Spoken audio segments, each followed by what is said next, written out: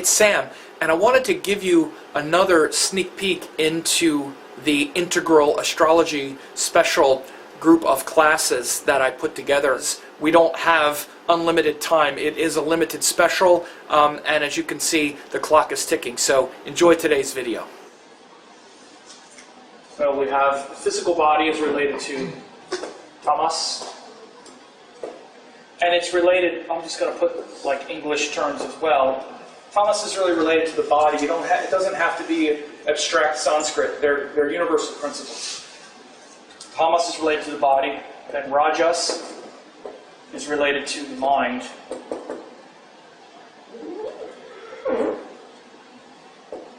And then Sattva. We still in the frame there, Jody? Yeah, we are. Okay. Is related to spirit. So these are universal principles, right? Body, mind, spirit. It's not easier to put these things in normal language because they're universal. You hear Sanskrit and it's hard sometimes to remember.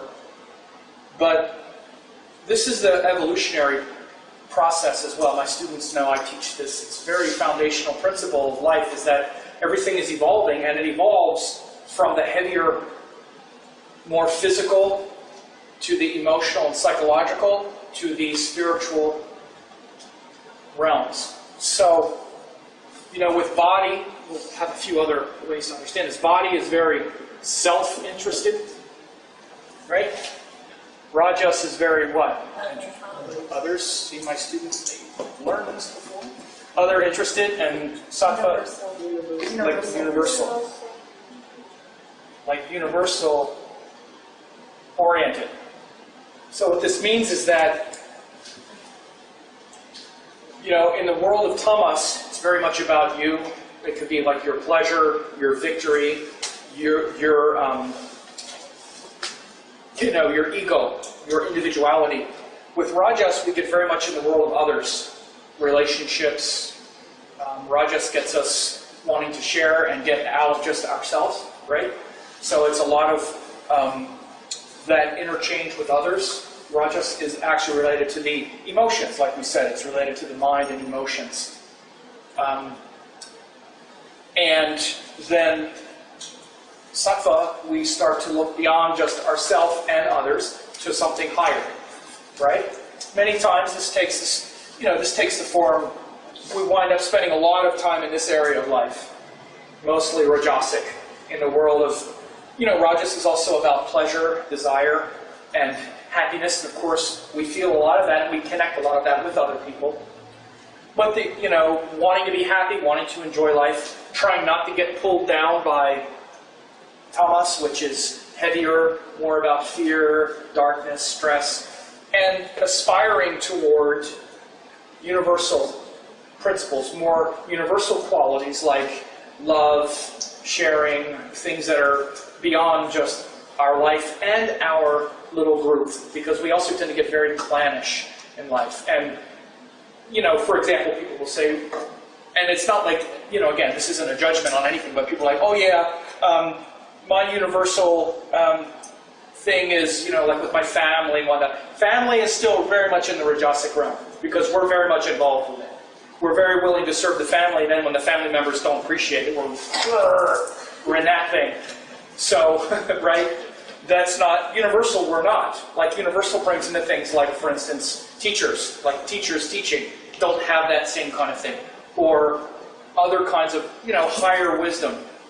Things that you just want to share and you want to give because it's the best you have, and you want to just share it. And these are the higher virtues that we all have. We're all, at heart, we're all loving beings who just want to share the thing that we love the most with everyone and trust that it's all going to work out, and we're not looking for a transaction. We're not looking for something in return in the highest sense. Those virtues are the sattvic ones, which you can recognize. Does that make sense?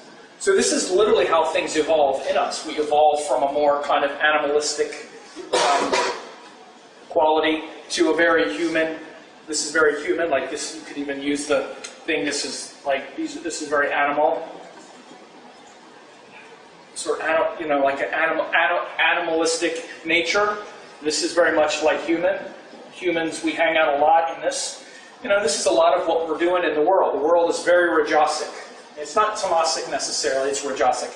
Violence, death, killing, animalistic qualities of the world are tamasic. But in general, the world is rajasic. It's full of activity, everybody trying to be happy, everybody wanting to please themselves and their group and be happy with their family and enjoy life. That's rajas.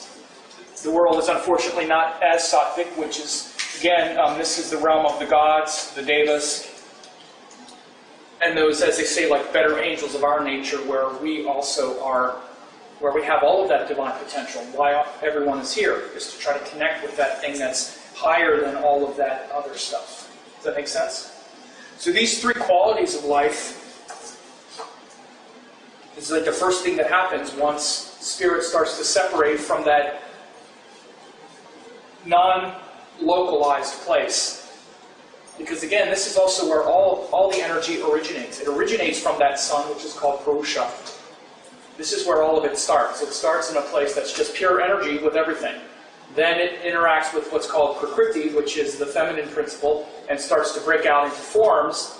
The first thing is this divine intelligence. Then it's this thing called ahamkara, which is a set, which makes something separate out of the divine intelligence. And then it turns into this stuff. So after Purusha and Prakriti, which is undifferentiated consciousness and the creative force, they start to interact with divine intelligence. Again, this is all like based on your karma. So when your karma is made from the planets and comes down, this is how. Purusha, Prakriti, Mahat, which is divine intelligence. Then Ahamkara, which literally means like the eye maker, which means making a separate eye. It's kind of like eye maker that makes that separate person. Then after Ahamkara, then you get 3 gunas, then you get 5 elements, and you get this. So this is literally the matrix through which this eye is built, right? From the karma to the divine intelligence, that's before you. Purusha, Prakriti, and Mahat are before you, right? Undifferentiated consciousness, the creative potential, divine intelligence, this is all before you. Then that creates the feeling of you, ahamkara, and then 3 gunas, 5 elements, right? So these are the gunas. I'm gonna this. It's pretty cool to know that's how it happens, isn't it? Mm-hmm. Pretty wild. You see, it's right in those sutras of Parashara. That's why I said we're going to look at that, because you can see he says it right there.